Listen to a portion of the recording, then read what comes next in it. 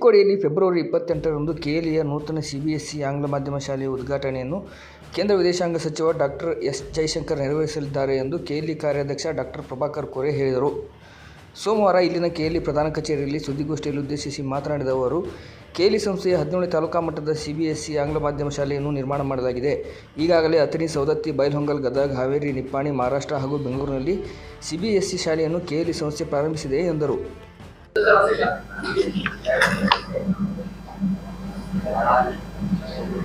ಬುಧವಾರ 28 ಫೆಬ್ರವರಿ ಮುಂಜಾನೆ 10 ಗಂಟೆಗೆ ಚಿಕ್ಕೋಡಿಯಲ್ಲಿ ಸುಮಾರು 17 ಕೋಟಿ ಖರ್ಚು ಮಾಡಿ ಒಂದು ಸಿಬಿಎಸ್ಇ ಶಾಲೆ, ಇದು 17ನೇ ಶಾಲೆ ನಮ್ಮದು.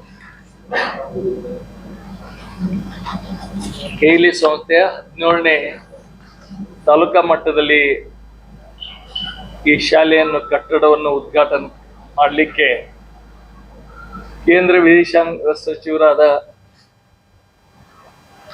Padmashri doctor S. ಜಯಶಂಕರ್ ಅವರು ಉದ್ಘಾಟಕರಾಗಿ ಬರ್ತಾ ಇದ್ದಾರೆ.